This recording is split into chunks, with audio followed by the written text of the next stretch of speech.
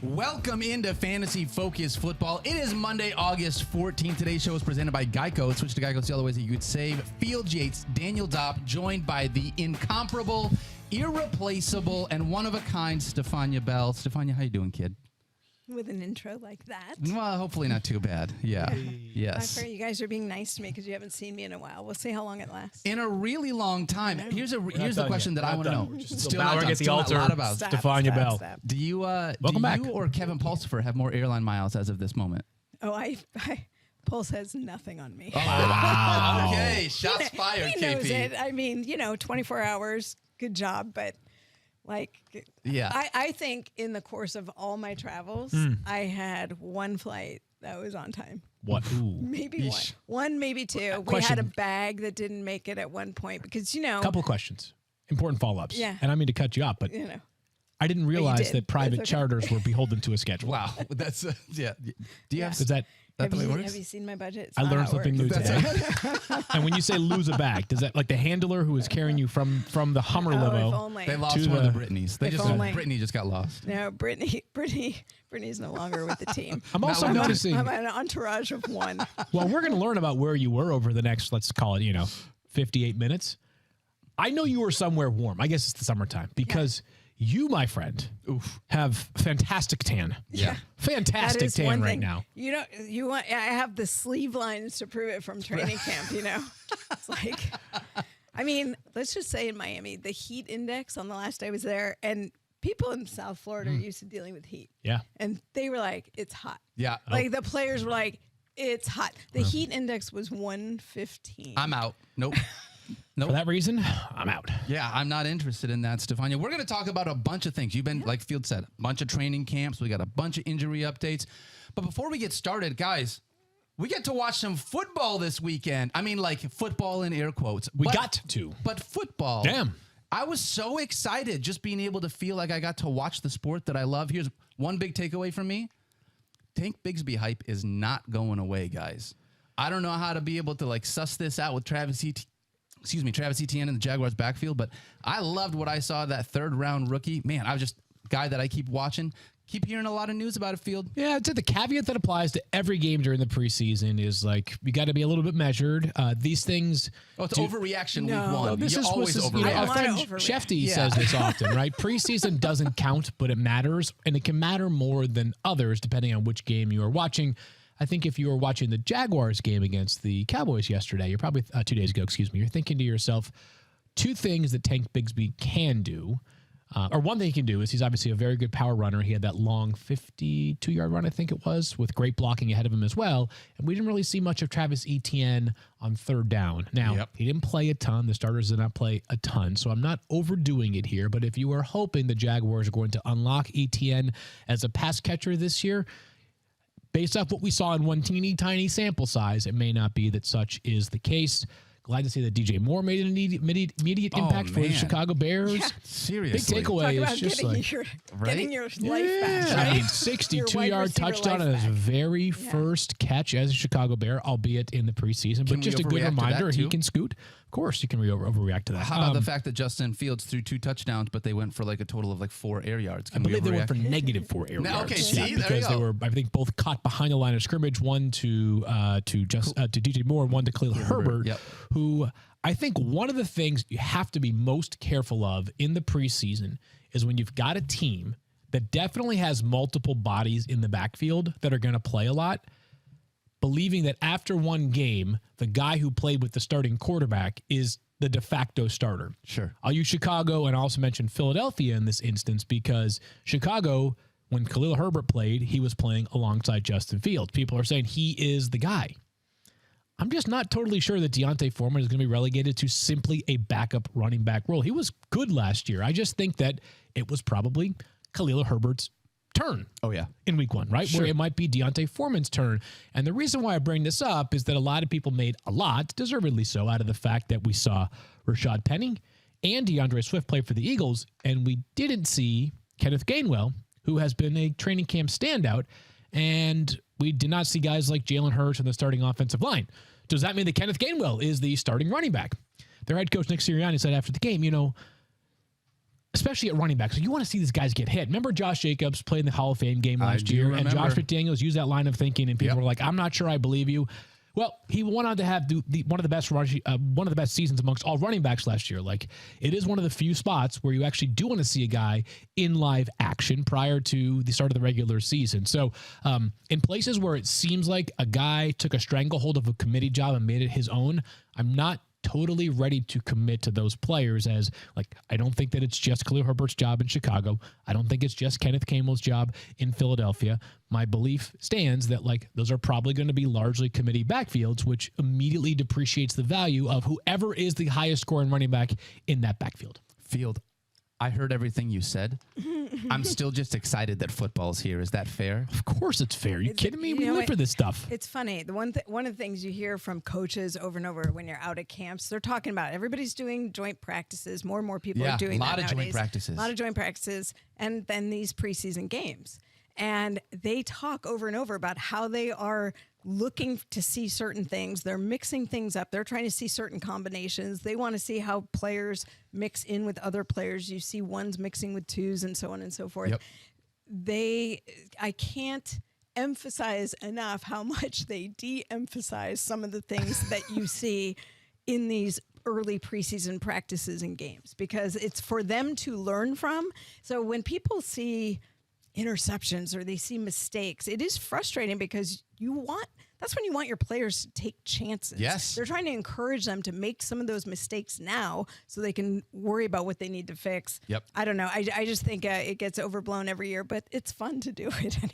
It absolutely is. Well, what else do we have to watch these days, right? Like, we've been waiting for in the case of teams that didn't make the postseason, 7 months to watch these teams play. There's exciting players in new places. There's rookies. There's coaching changes that have fan bases feeling galvanized once again. Like, of course we're going to get a little bit excited. Yeah, and by the way, have every show on Netflix that relates to a quarterback. That's right. Available. That's right. By the These way, are my shows. And we've seen these work out in the past, right? There are players who have generated preseason hype that have turned out to be the real deal. Yep. And then there have been players who have looked awesome in the preseason, and it's like, oh, remember when that guy had 150 rushing yards during his rookie season in preseason, then was cut again? Yeah. But just 2 years ago, I was joking when I said it, but I've been giving out a preseason MVP these past few years, and I had Ramondre Stevenson as my preseason MVP. Now, he was playing a lot, which might have been an indicator that he wasn't going to play a ton right out of the gates, but how awesome does that guy look now, right? So sometimes it matters. Yep. Sometimes it doesn't. Yep. It's hard to figure out when it does or does not, but that's part of the fun of this game, is trying to be judicious with how much you implement your preseason findings into your preseason rankings. All right. In case there are any questions, before we move forward with Stephania's injury updates, we have a ton of content coming towards you later tonight and tomorrow with our fantasy football marathon starting at 7 p.m. tonight. A 4-hour episode, 4 hours of fantasy football now. That's a lot of talking. An entire season preview that you can check out on ESPN1. And then tomorrow we have a SportsCenter special from 5 to 6 p.m. Yeah, baby. For the fantasy football marathon leading into our fantasy football draft. 7 to 10 p.m. Going to always be a ton of fun. Send coffee, please. I'll tell you what, we're going to be tired at the end of this, but it's definitely going to be worth it. One of our favorite things that we do every year. All three of us are going to be a part of it. I think it's time now we jump into the injury report. Let's do it. All right. You have number 1 on this list, Joe Burrow, for us to be able to talk about. Stephania hurt earlier in training camp. Zach Taylor told us that it was a strained calf, that he was going to be out a couple of weeks. And now we're just sort of waiting to be able to see him back. Anything notable or significant about this injury, because you weren't here to talk to when it happened? No, but I knew about it because my phone started blowing up. I was on the road, like I hadn't seen it. And I'm, when you see the things come through your phone, I'm like, oh no, what happened to Joe Burrow? And then I saw the video. And I think because we had video, that's what got everyone nervous. Yeah. You saw 2 things. You saw him pull up and hop on one leg. Yep. You saw him leave in a cart. Mm-hmm. Everybody leaves in a cart at training camp, just so you know, because it's convenient, it's efficient. You get the player off the field. You don't want them putting weight on anything unnecessarily. A cart in and of itself doesn't mean anything. Okay. So, here forward, if we see that at practice, it doesn't immediately don't mean immediately panic. think the worst. Number 2, oh yes.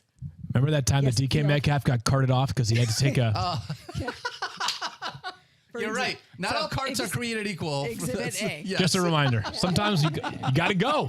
And by the way, the practice fields are sometimes it's a long way, and if you have something you want to look at, you're gonna when you got to go, you got to go through a cart. That's funny. Nick Wagner and I got into a conversation about carted being a verb and us being frustrated with that. So he was taken by cart to the locker room for the grammar police. But anyway, you also saw him hopping, and people were like, immediately people thought, oh my God, he tore his Achilles. Well, the thing is that some players are also very intuitive, and if they feel the slightest bit of anything going wrong, they will immediately go into protection mode, pull up their leg, don't put weight on it, even if it's mild. So you can't take too much away from a short video clip like that. Zach Taylor then said it would be several weeks. You can't take too much away from that, because if you look at the fact that calf injuries have between a 19 to 30% injury recurrence rate. Okay, so that's it's broad, but it's also pretty significant. And here we are in the preseason. I mean, barely a couple days into practice, July 27th when this happened. You don't want Joe Burrow dealing with this as a re-injury in week 5, 6, 7. So might it be a few weeks because they just don't want to bring him back too soon? They want to slow play it? Or is it really a significant enough injury that if it were the regular season, it would cost him multiple weeks? No way to know that from a distance. But here's what we do know. He was back throwing on Friday. That was the first time. This past Friday was the first time we saw him out throwing. He's moving around. Well, that is if he was still, originally it was Jamar Chase who said he was on a scooter in the locker room. Another thing that might be a cause for alarm. Jamar also made us all panic when he was like, I'd be fine if he sat out until week 4. And he was like, not saying he needs to sit out until week 4. I'm just saying stay out until you're healthy. I just looked this up online. Jamar Chase is not a doctor. Okay, got it. Confirm it. So. But Jamar Chase, he's like, I had a hip injury. He was sort of relating it to to I know, his, like, don't come back too soon. Look, he knows Joe well. We know they have a long relationship before the NFL. I think, it was basically like, make sure that you take care of yourself, and when you come back, you're ready. Yep. And that's actually what medical people would say too. So he's not far off, despite not being a doctor. We would all say, delay the comeback until you're pretty confident that functionally you're going to be fine, because the biggest fear for Joe Burrow is not whether he's going to be back. Everything's sort of pointing to the start of the season if you're reading tea leaves. I mean, we haven't seen him do much. Sure. But the worry is, does it happen again? Just figured this out as well. Jamar Chase, not a doctor, but the Bengals are staying at a Holiday Inn for training camp. There you go. So That's where you get it. That might be dating myself a little bit. That's what it is. Okay, he stayed at the Holiday Inn Express last night, so it all makes sense. That might be the oldest date reference I've ever made on this podcast with you guys. Yeah, you watched that as you caught those infomercials late at night while you were like a 4-year-old watching. No, that was G.I. Joes. that was the first commercial I saw when my parents birthed me. Like, it was in the hospital, and they were like, "Oh, wow. Okay. Holiday Inn Express." Thanks a lot. So I will say one more thing about Burrow. We heard that he had a little calf soreness, like the day before, and he was wearing a sleeve. That's sort of, you call it a prodromal thing, where it's like there's a sign, there's something that's telling you there's something there. Maybe it wasn't the best idea for him to be out there. And then if you watch the play, he was rolling out of the pocket, and it's that push off. It's that burst. Guys can feel like they're fine. They can walk, jog, run, everything, but it's the sharp acceleration, very difficult to test it out and know for sure. There's not a great test that's going to tell you, hey, you're 100% over this. You can come back and be risk-free going forward. Sure. So you tend to err on the side of time being your friend. And I feel like that's what they're going to do here. Yeah, I mean, I think that, by the way, it was not smart for him to be out there, because his contract's not yet signed. He should have waited until that deal was done, like Justin Herbert and like Nick Bosa is doing right now. That's a separate conversation for a different podcast. But I have not moved just Joe Burrow from my quarterback rankings at all. He is quarterback 5. He's holding steady there. If you are drafting today and you prefer somebody like Justin Fields or Justin Herbert because they are very, very close in the rankings, and you're concerned about the possibility of not having Joe Burrow in week 1, which does not sound like it's a significant concern as of right now, but if you err on the side of caution, you can do so. But he is quarterback 5 behind Lamar Jackson and, of course, that top 3 of Hurts, Mahomes, and Allen. All right, Stephania, Cooper Kupp, I got last week with the 9th pick of the first round in our mock draft. And I think people are really nervous either about his hamstring or the situation going on with how bad the Rams might be. Obviously, Cooper Kupp went down at the beginning of August, and we've been waiting to see him. What are the updates that we have on Kupp?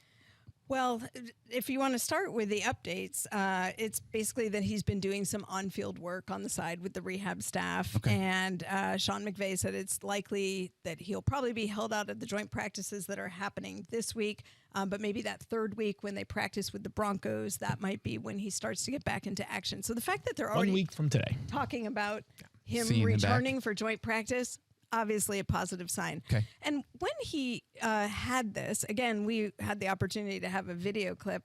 It wasn't that dramatic.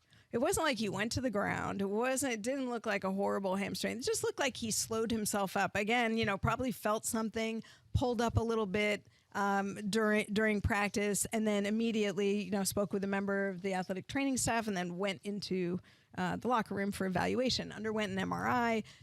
When Adam Schefter originally reported it, said it could be a few weeks. Again, same argument as for Joe Burrow. Like, Cooper Kupp knows the offense, by the way, in case you were wondering. He doesn't need to be out there. He knows the system pretty well. Yeah. He plays a high volume, and you're going to expect to see that again from him. So there really isn't any urgency to bring him back. I think when you look at the injury risk factors, because before this happened, we would have had to talk about it, right? This is a conversation. I mean, he's now a little bit older as a wide receiver. He's a guy who had an ACL injury, came back, had a phenomenal post-ACL season, by the way. And then he had the ankle injury last year, had the tightrope surgery to stabilize the ankle. His rehab was totally smooth sailing. They progressed him at an appropriate pace, and he basically came into training camp with no restrictions. Soft tissue injuries, especially the heat. He's been a little bit unusual even in Southern California where they practice at UC Irvine. You usually get some coolness from the ocean, the fog, but it's actually been really, really hot. Hot weather, increased risk for soft tissue injuries. So, there a lot of things. I'm not that alarmed. By the way, I love it if that draft stock is falling and you can get him at the end of the first round, because I'll take him 110 times. Yes. And the reason being, maybe he is slightly at more risk for a soft tissue injury, but number one of the best medical staffs in the league, without a doubt. Number two, a player who takes such good care of himself and does absolutely everything by the book: diet, rest, recovery. He will do whatever. If there is anybody that is rehabbing even a minor hamstring strain to the nth degree, that's Cooper Kupp, and he's going to be smart. I will take him and take my chances. Yeah. No problem. Field, he's been a top 4 wide receiver across the board for all of us rankers, even with this hamstring injury. It doesn't really look like anything changed. Got him as wide receiver 2. I think that people are looking for reasons to doubt the Rams this year because they are not going to be very good. The biggest argument against Cooper Kupp has nothing to do with this hamstring and everything to do with the idea that if you're worried that by week 11 they're 2-8, and they might bench some of their key players or turn the keys over to Stetson Bennett for a few games. Yeah. That, to me, is the best argument against Cooper Kupp. I'm holding steady, though, at wide receiver 2. He was just remarkable last season prior to the injury. He was so good. Even better than he was on a per-game basis in 2021. And here's the point. The volume isn't going to change. No. So if you're worried about him late in the season, fine. I'll be finding other people as the season goes along to add to my roster, but load him up for the early part of the season. Totally agree. All right, Stephania, you mentioned joint practices going on around the league. We saw that Jaylen Waddle ended up getting hurt in one of the joint practices. What can you tell us about this? Because I was trying to read into this, figure out how serious it is or how much I need to know. You saw that he left practice on Wednesday? Yeah. You know who he talked to one-on-one on Tuesday? I don't. That would be me. Oh. It was a good run. It was good. The curse. You know what, Stephania? Probably time to go get ready for the marathon. It's okay. We're good. I think you should leave. Hey, that's a callback. I just got a notification from BDL. That's the local airport here in Hartford. Every plane from here to Kansas City has been canceled for the rest of eternity. The rest of it, that's it. You're going to have to drive. Never going to make it practice. What happened Jaylen's then? probably never going to talk to me Probably, again. yeah. He was Probably super won't. nice. He had no idea. He's got a great smile. I know. I'm just going to He say really this does. everything. He's got incredible energy. Oh my gosh. By the way, you know what Tua said about Jaylen Waddle? He said Jaylen Waddle was having the best camp of anyone on the Dolphins. Really? He thought that his camp was by far the best. Everybody was talking about him. Everybody was talking about his energy. Everybody was talking about how good he looked. He's feeling very comfortable in that offense. I love that. Everybody was buzzing about Jaylen Waddle. So the injury, I don't think it's significant. He left. There was a play. It was hard to see what exactly happened. He stayed down for a minute, so it was hard to tell if there was contact or whatnot. But he ended up stayed down for a brief moment. The athletic training staff came up, evaluated him quickly at the practice. He got up and walked off the field, walked into the bubble in the facility where they were able to evaluate him. So it couldn't have been that serious. And he was kind of holding his side. Sure. What happened, because Mike McDaniel talks to reporters before practice, so there was no session. The next day was an off day, and the next day was the game. So we didn't hear for a couple of days. And Convenient. he just said, so a couple days later, Mike McDaniel's like, fine, was how he described him. He's fine. And so he didn't expect it to be long, nothing Stephania, serious. So when Rosie tells me that things are fine, usually they're not fine. Is this one of those things? Or is this like, okay, fine is a good one here. I don't think Mike McDaniel was saying it like fine. Okay, like when you're in an sure. argument, I felt like some of that here, like yeah. fine. You really have that fine down pat. You know that? I've pretty used good. it before. A little bit of body language to go along with it. I would not want to cross I think- Stephania. No. By the way, sidebar, Mike McDaniel, I want to go to every single press conference he does. I want to go great. to every session with the media. He is so good. He's funny. He's smart. He's entertaining. But he's also, I think, he's about as honest with his media as I've seen a coach be. Like, I love it. Kind of came, he was like that, the 49ers, because you might know this, but I'm a 49ers fan. Oh, yeah. And so when I would go out to training camp when he was offensive coordinator, he would do sessions with reporters, and he was very much like that. And he'll use it as a teaching opportunity. So he'll be very honest.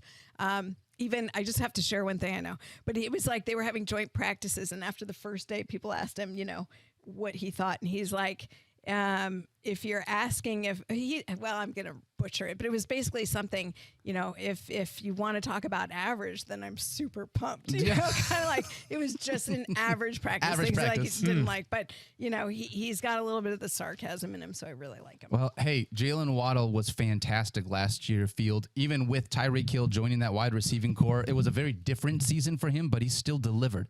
I think that's the same thing is going to happen again this year as long as Tua can stay healthy. I have him as wide receiver 11. How do you look at Jaylen Waddle? I had no idea he was even hurt. So that's how I feel about Jaylen Waddle. Completely unbothered by this news. Let's get to Javonte Williams. Javonte Williams, Stephania. These are the ones that are interesting here. Yep. Let's talk about the ones that seem like they could actually impact the season, because these are what I call, Stephania, as an analyst, kind of like the no-win zone, right? Because I don't know that anybody, including the people involved directly in the matter, know exactly what to expect over the next month. Crystal balls don't go that far out when you have a multiple ligament tear like Javonte Williams did. So what do we need to know about the Broncos running back?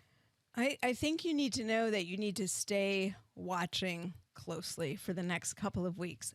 Everything so far has really been pretty seamless for Javonte Williams. And when you consider the nature of his injury, it does come as a bit of a surprise. It was a very complicated injury. Tore his ACL, also his LCL, the lateral collateral ligament, and had damage to what we call the posterior lateral corner, PLC.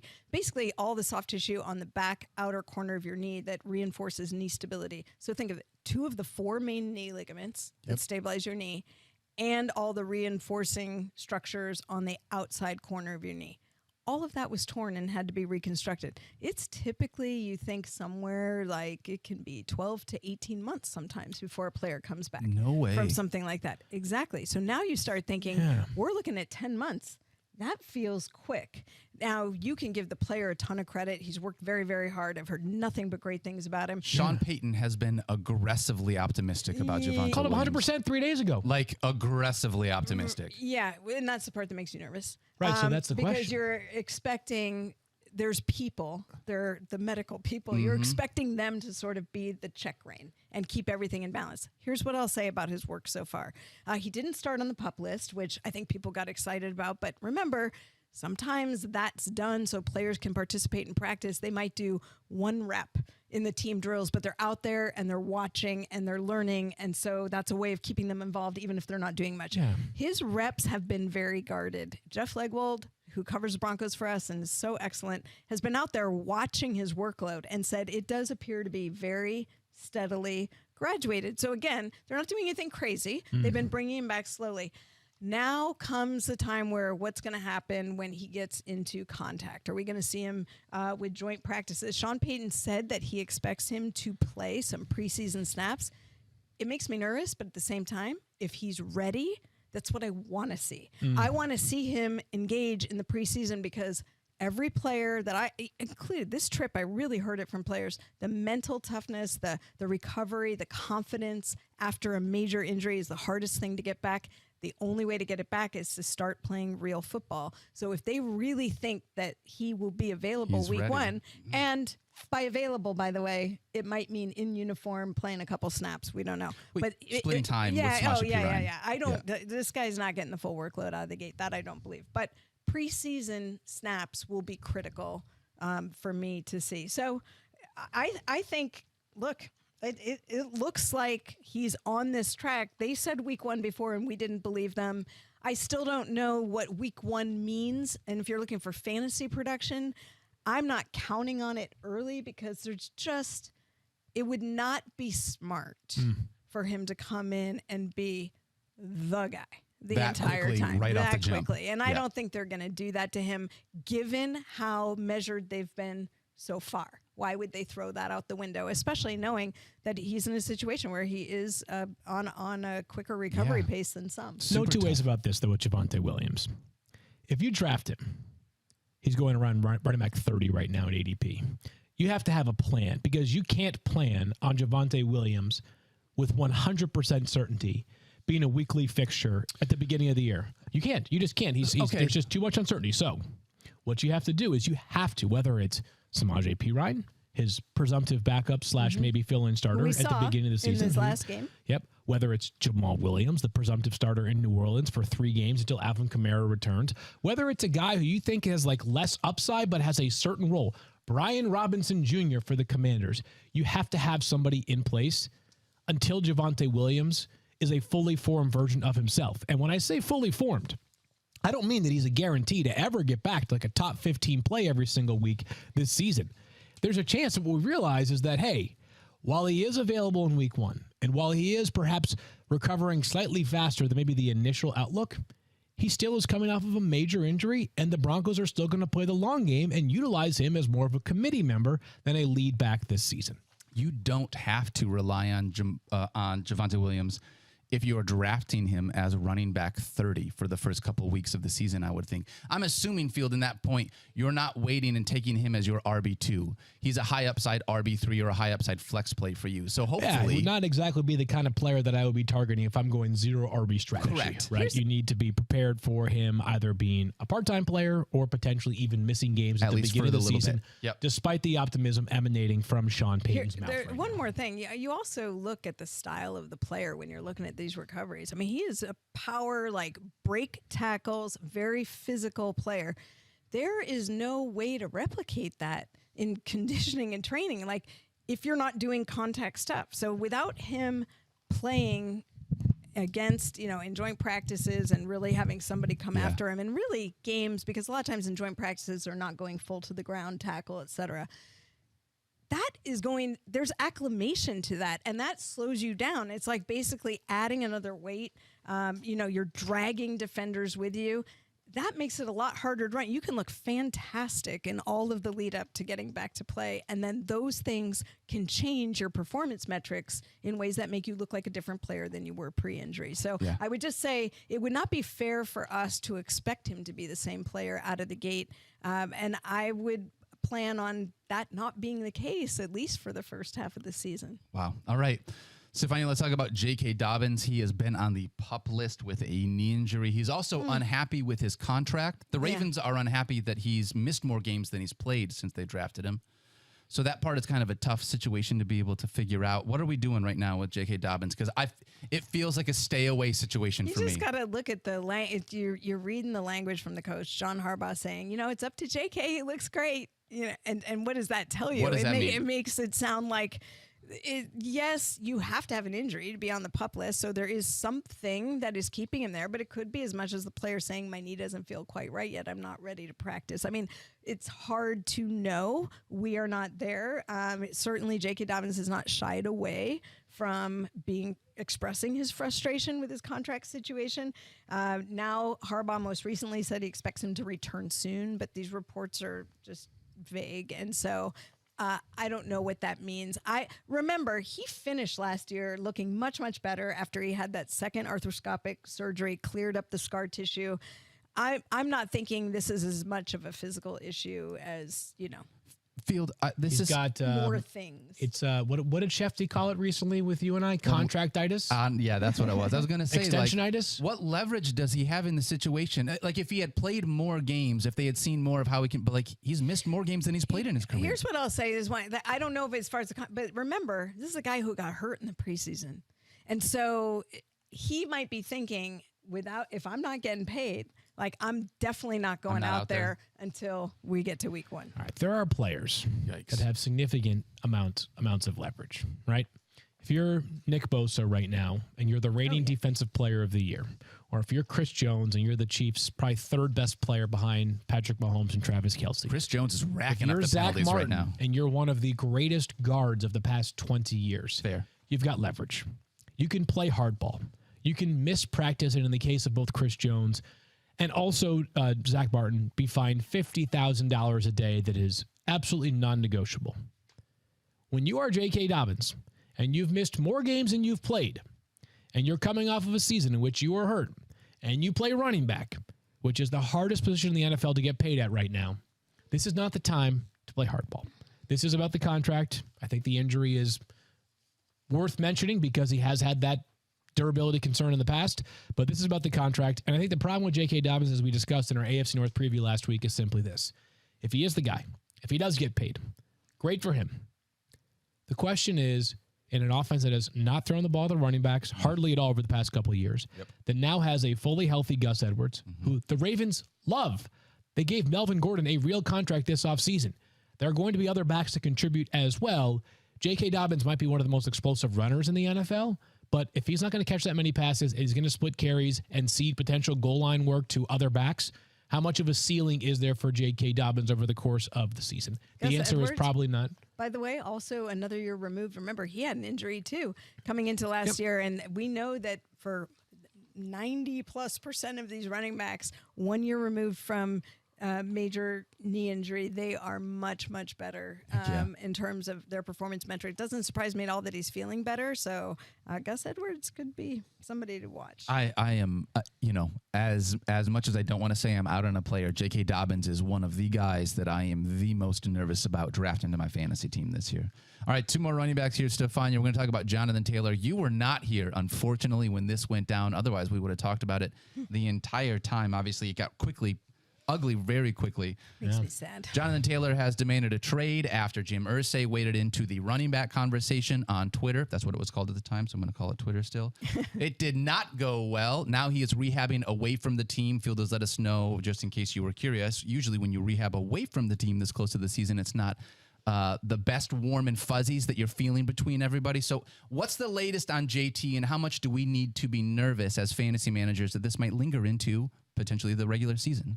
Well, just from the straight injury perspective, we know that the ankle injury is what ended up really hurting his entire season. He got hurt early in the season, tried to play through it. It probably, if you think about it, contributed to the source of his frustration. This is what these running backs do. They do it all the time. They try and play through these injuries, and it hurts their performance. So while everybody is complaining about how they're not performing up to their standard, they're trying to gut it out through an injury that's keeping them from performing up to their standard, but yet they're trying to be out there for the team. Ultimately, after week 15, he was not able to continue. He had arthroscopic surgery in January to get the ankle right and called it, I think the words were, a perfect success. So I'll admit to being a little bit surprised that he opened the season on PUP, because surgery in January, scope, you contract itis. Yeah, well, and pissed off at my owner-itis.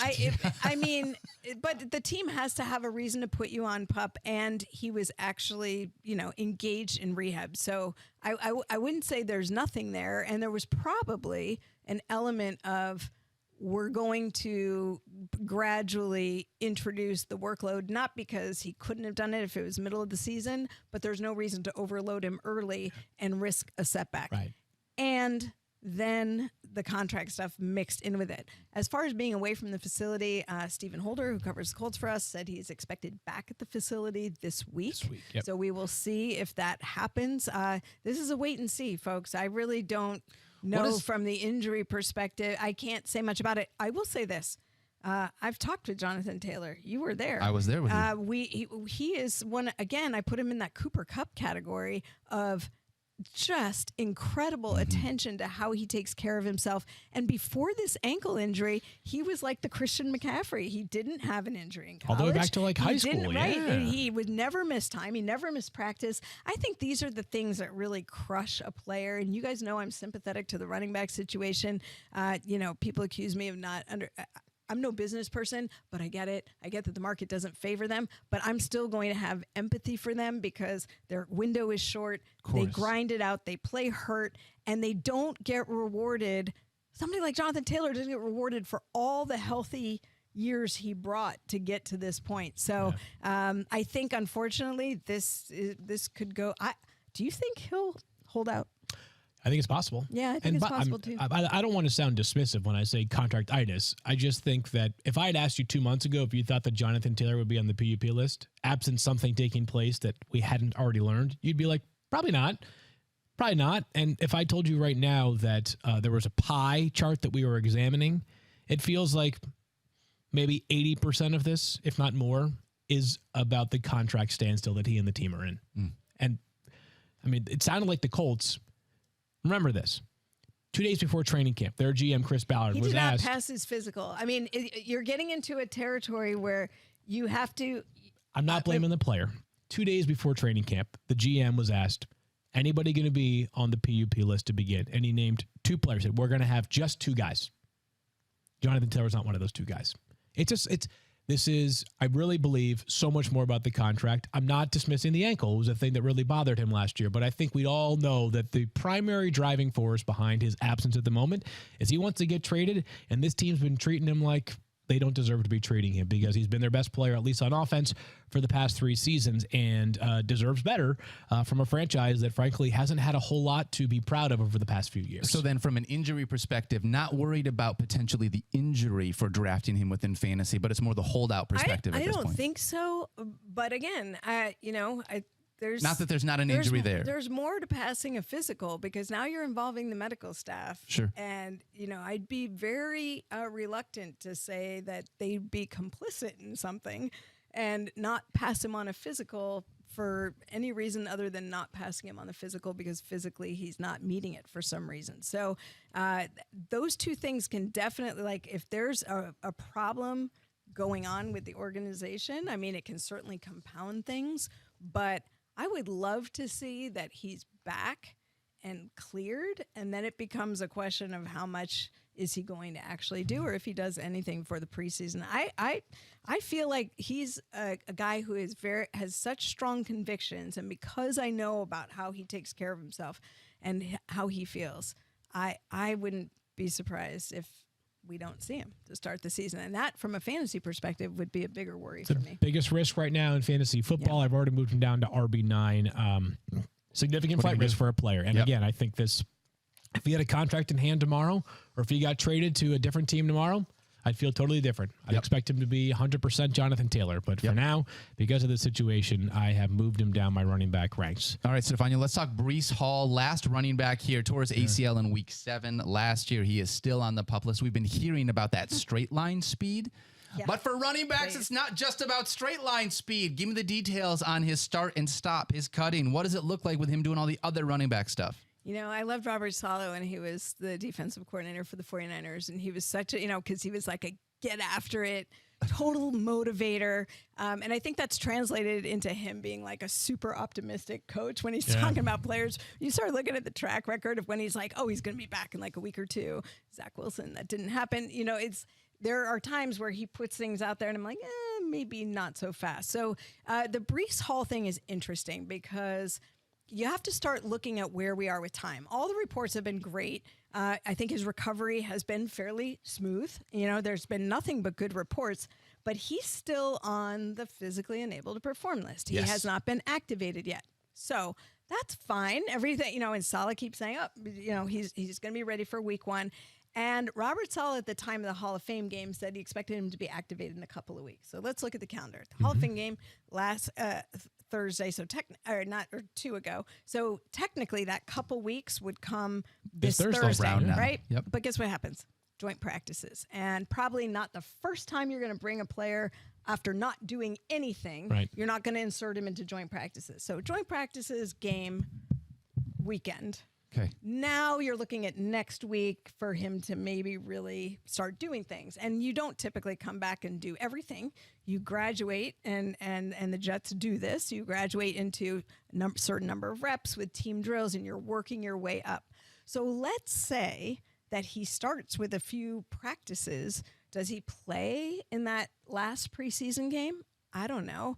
That would be after only maybe 3 practices.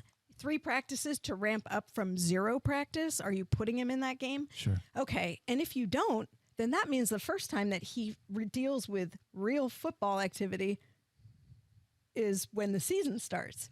If you think that he's going to be ready by week 1. So just if you do the calculations of the time, because this is what I've been trying to figure out, it's hard for me to go from 0 practice to ready to compete in such a short time frame. Now, it doesn't mean it can't happen, but then I start getting into other things I'm worried about, like how much football has he actually done? Because forget the ACL. If I told you a player just showed up at camp, remember when Le'Veon Bell was holding out? We started talking about what happens if he just comes in for the final few days of practice and then the season starts? Everyone's worried about him getting hurt.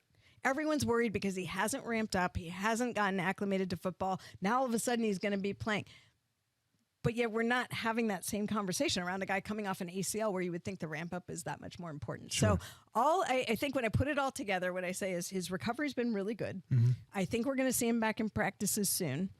I think, who knows, maybe he suits up even for week 1. But if the Jets really stick to the acclimation and progression, that means Breece Hall is not doing a full workload anytime soon and probably is going to be eased into activity over the start of the season.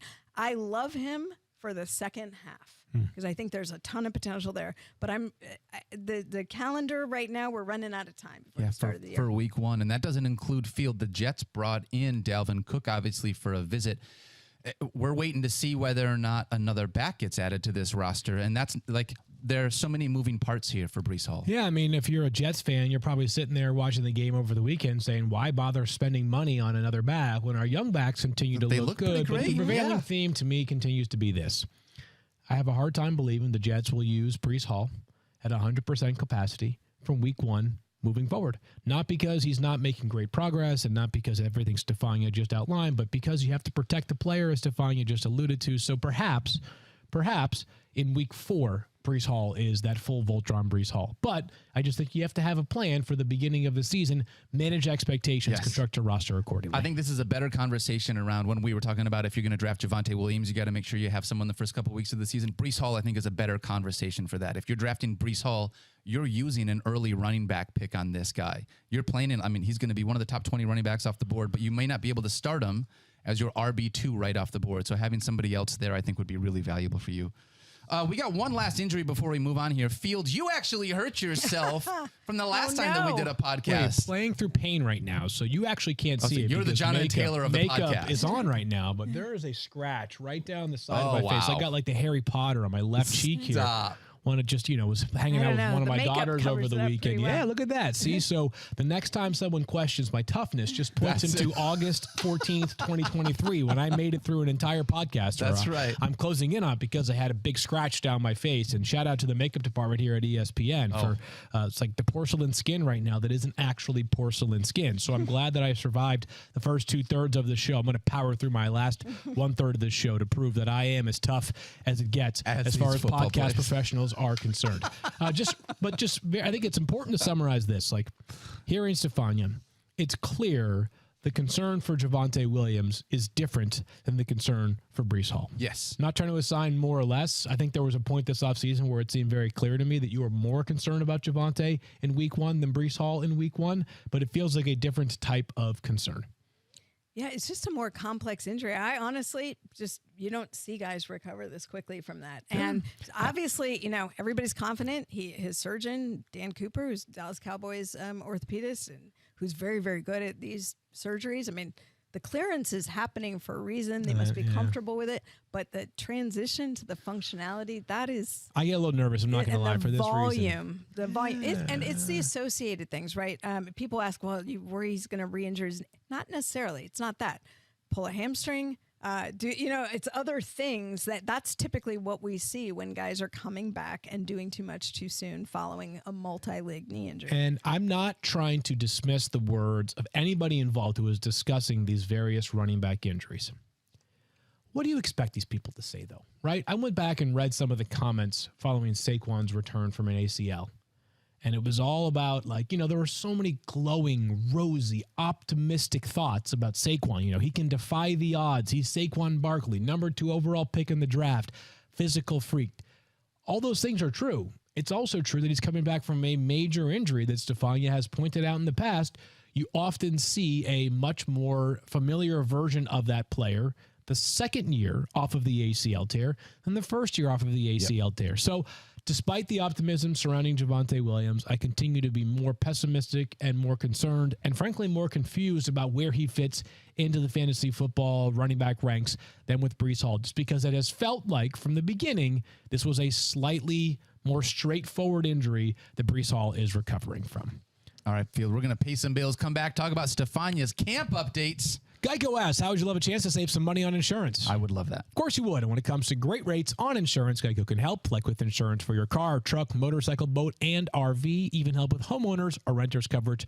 Plus, add an easy-to-use mobile app, available 24-hour roadside assistance, and more. And Geico is an easy choice. Switch today and see all the ways you could save. It's easy. Simply go to geico.com or contact your local agent today. Football is back. Catch every pass, every tackle, and every heart-pounding play live and in person thanks to our go-to ticket source, Vivid Seats. Vivid Seats delivers great deals on great seats, and they have your back with their 100% buyer guarantee. Vivid Seats, the official ticketing partner of ESPN, is offering you $20 off your first $200 ticket purchase with code FFF. That's code FFF.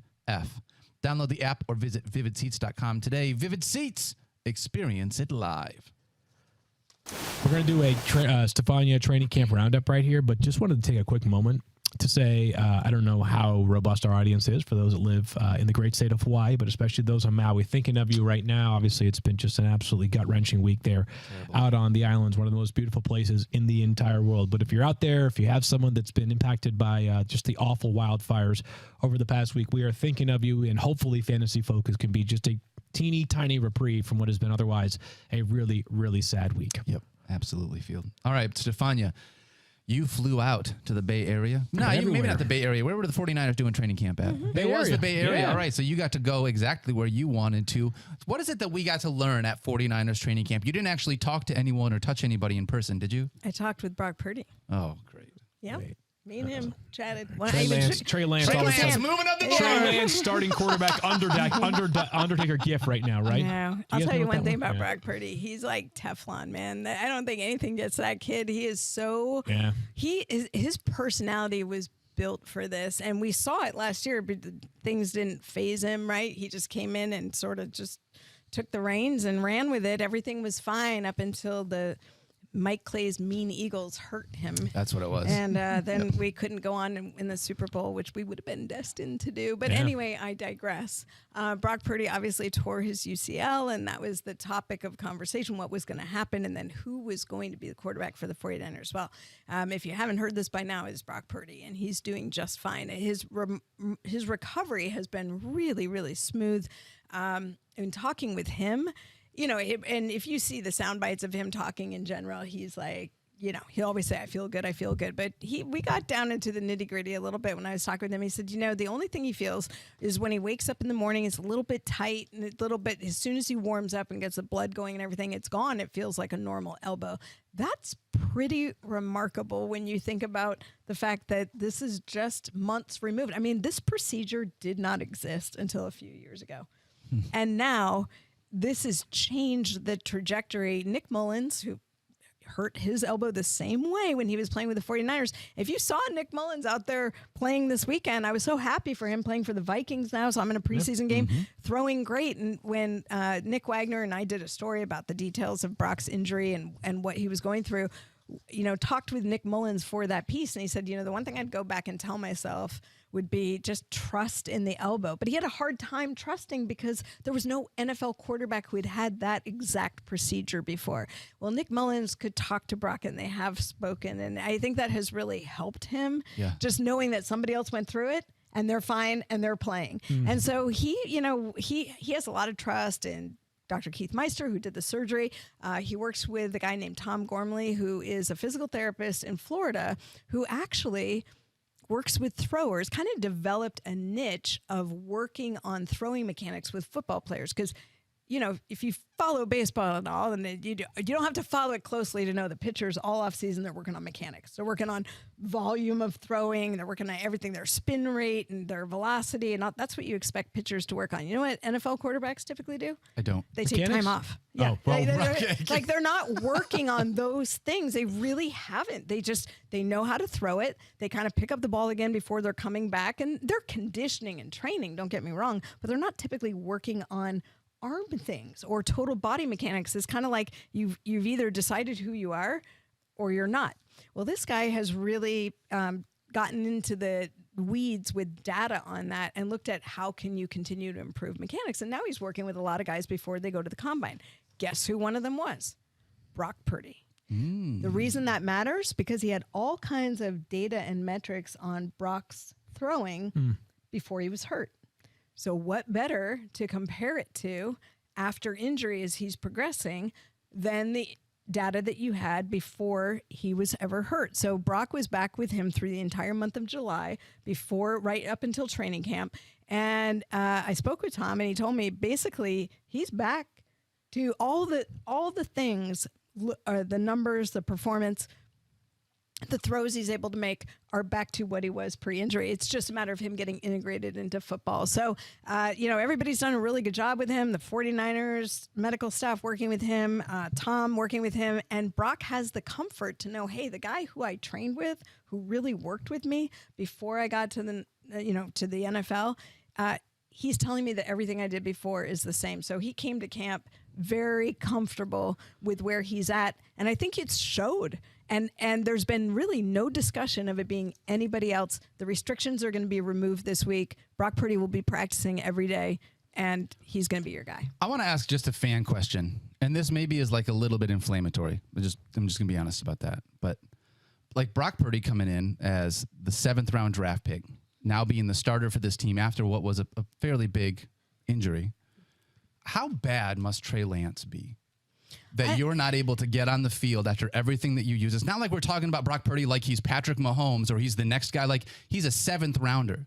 How bad must Trey Lance be that he can't make the starting, like this team as the starter, over a guy that they took as the very last pick in the draft? It's a confluence of variables, though. It's hard because Trey Lance got hurt. He broke his index finger. If you read Nick's stuff, it changed his whole mechanics. He was off. Comes back, starts last year. What does he have? A monsoon the first time. That game doesn't count. He ends up breaking his ankle very quickly, and then he's done for the year. Again, and done. So you take a kid who didn't hardly play much, but, coming into the NFL. So he's really not been in football. You know what Brock's done? He's played a ton of football, played a ton in college. He played a lot more football. Like, I think that's where part of the confidence of Brock. I don't think Brock thought of himself as that guy, Mr. Relevant. I think he thought of himself as like, I'm an NFL quarterback, and when I get my chance, I'll show everyone I am. Trey Lance looked timid to me in the brief bit that I saw with him with the Raiders, and being at camp, you saw some beautiful things, and yes, saw some things that didn't look so good. And I think that's just a function of where he's at. All right, we're going to keep moving on really quickly. We got to pick up the pace a little bit. I do want to ask you about Brandon Ayuk. A lot of buzz on Brandon Ayuk this training camp. Here's what I'll say. Great chemistry between him and Brock Purdy. Brandon Ayuk, like I was saying that Tua said that about Jaylen Waddle. Yep. Everybody talking about Brandon Ayuk having the best camp so far. Remember a couple years ago when there was him and Shanahan, the headbutting, It didn't look good. It could have gone one of two ways. And it luckily went in the right direction. He really took all that to heart. He was already a good route runner in college. He was kind of known for that. And I think he's just become sharper, better. Like I said, the catches he's making in practice are phenomenal. And Purdy's looking for him all the time. Like, Brandon Ayuk, to me, has a chance to take even another step this year. Love that. All right, let's talk about Cowboys camp, Stephania. Is there anything you can tell me about Tony Pollard? Because I'm excited about him. He's in his first full year as a starter. He's already an RB1 for us as fantasy managers. Yeah, the concern was him coming off the tightrope surgery that he had. He had a broken fibula as well. They didn't repair that, didn't need to, healed on his own. And he looked good. You know, the nice thing, all the guys we were talking about in the injury segment, it was like, when are they coming back? What kind of volume are they getting? Tony Pollard has just moved right in. Kate didn't come in on the PUP list, been doing everything at camp. You know, they did work him up in terms of reps and such, but he's their guy. He's clearly the number one guy. Now, the question for fantasy purposes is going to be, you know, what happens? Like, there was the split with him and Zeke, and so he provided quite a different running style than Zeke. Zeke on the old, you know, we had all that conversation last year, but the point is, can he be that guy on his own? I don't know, and I don't know that they necessarily want him to be. Do they have another running back that they would be splitting time with there that you like? Have you seen Deuce Vaughn? Like, I don't think this kid was out of the gate. They weren't thinking that this kid could really be something. But I'm telling you, when I was there, I was like watching him. Like, who is he? He's tiny. He's 5'5". He makes Tony Pollard look big. I mean, it was just, I have this great picture of him with a fan favorite. Everybody's just yelling for him. But you know, when you go to these practices, you see the guys who work at 110% every single play. It stands out. They run through, you know, they're blowing the whistle because they have the refs there. They run all the way to the end zone. They are doing everything they can to make it count on every single play. That is Deuce Vaughn. He's elusive. He's much quicker than you think when you see him. I think he's making a good case to be the number 2. I know. 5'5". It makes me think of Darren Sproles without knowing a whole lot more. Well, something about Kansas State and these guys, just these pint-sized athletes, whether it was Darren Sproles, now Deuce Vaughn, Marquise Noel during the NCAA tournament. Sproles type of player. Yeah, I think the question would be that if you're going to add a complimentary back to Tony Pollard because of his size and his receiving skill set, it would be somebody like Zeke Elliott, right? Who, by the way, there's a chance that he does resign. Still a chance. It feels like Deuce Vaughn would kind of be more the backup to Tony Pollard than the complementary piece to Tony Pollard. So it'll be interesting to see if Dallas does address it over the next 3 weeks.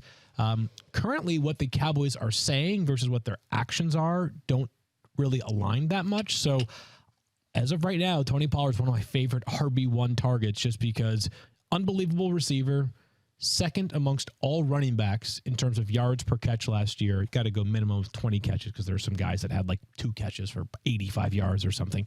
And then 7th amongst running backs with at least 50 carries in terms of yards per carry. He's an extremely explosive player. That much we know in this Cowboys offense should be very, very good. Let's go to the Dolphins. What'd you find out there?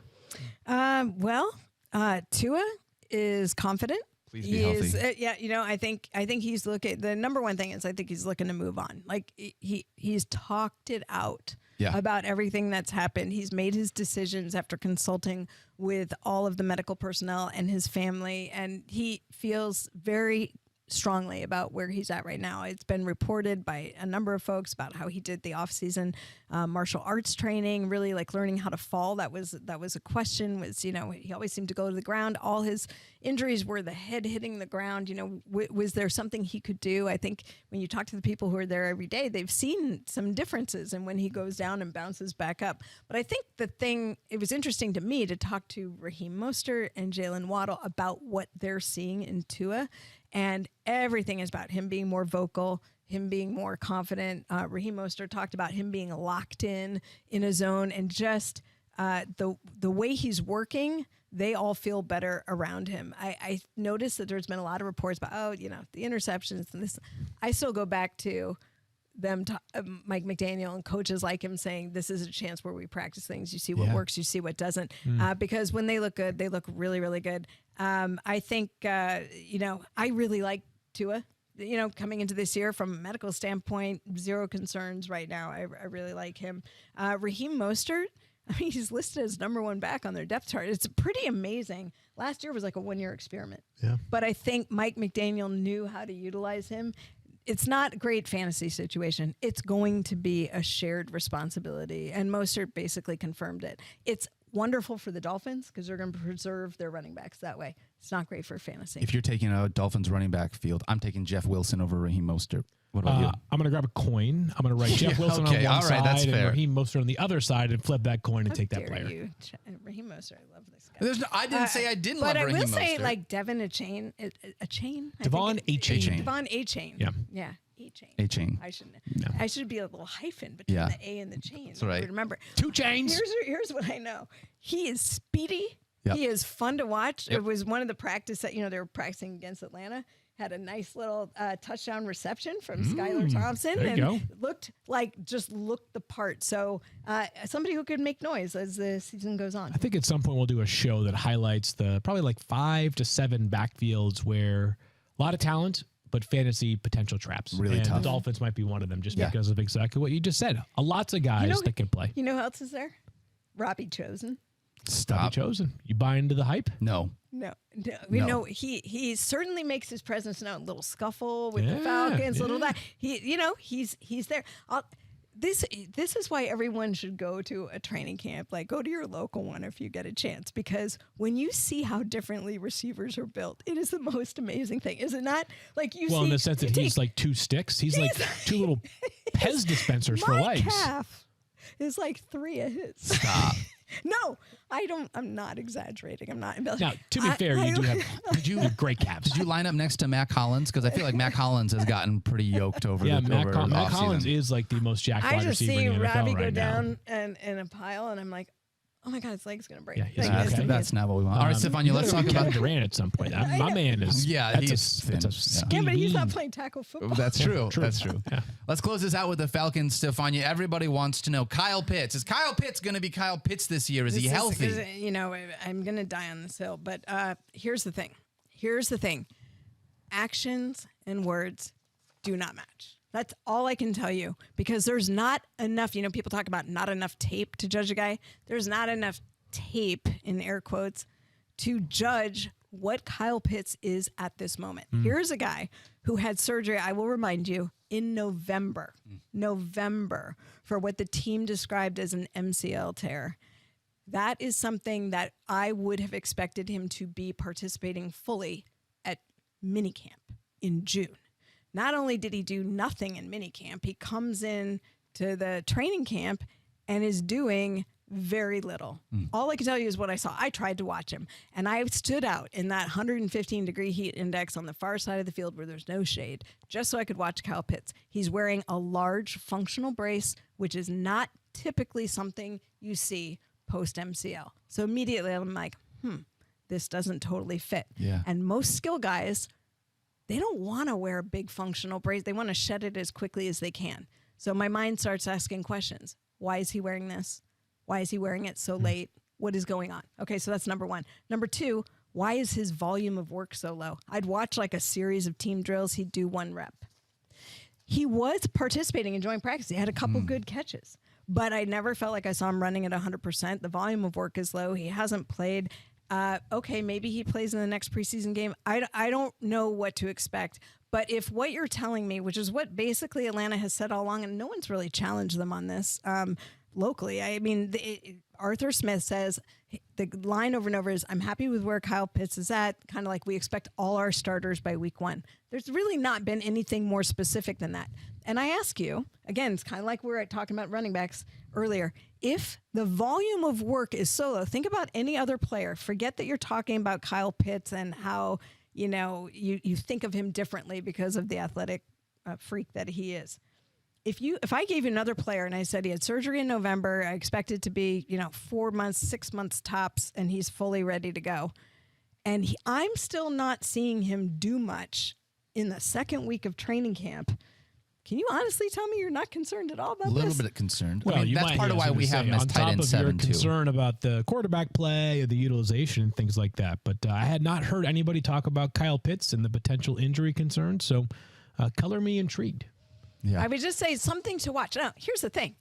Because he's Kyle Pitts, maybe he comes out in week 1, he looks amazing, and we're all sitting there going, well, see, there it was, and He's a it's unicorn. fine. Yep. But I would go back to this. The NFL has an acclimation period for a reason. Why is it that guys come in and they have days of conditioning before they even put on pads? Why is it that they ramp up practice time? It's because they're increasing volume and intensity to avoid increased injury risk during the season. So I ask you, if you are a player coming off injury, and don't forget he had a hamstring injury earlier in the season last year, and you have such low volume and such low work going into the season, are you really going to all of a sudden be a full volume guy and be at no risk for injury as the season goes on? And not zero, because nobody's at zero, but you get what I'm saying. Yeah. Yep. I'm more concerned not about does he look great in week 1, 2, or 3 if he's playing. I'm worried about what happens as the season goes along. That's a serious question, and a guy that we have so much excitement for. It's just being able to see it realized on the field is something, I don't know, we saw some of it his rookie year, but there's still a lot more potential, I feel like, left with Kyle Pitts, so I'm excited to see how that plays out this year. Field, anything, final takeaways really quickly from Stephania's Fantasy notebook football dump. marathon. She so many covered it all things, right like there. everything. So we're in business on Stephania's. I'm sure Zach you could Ertz do it. cleared for full contact, full football, by the way. Okay. That's all good. right, We'll love discuss that. more on Zach Ertz. Fantasy and the, football Carlos marathon, Dunlap. Field ESPN Yates. marathon. It starts at 7 p.m. Eastern time today, all over ESPN for the following 27 hours after that. Can't wait for the fantasy football marathon. That's right. 7 to 11 p.m. Eastern Where are you today. going? Go. 4 You better hours. stick around. Come and hang out with us on ESPN. We love you guys. Thank you so much for hanging out with us. Don't forget to love each other. Be kind to yourself. You have earned that. We cannot wait to see you later today on ESPN 1 from 7 to 11 Eastern. 4 hours season preview. Fantasy football now. Love you guys. We'll see you then. Peace.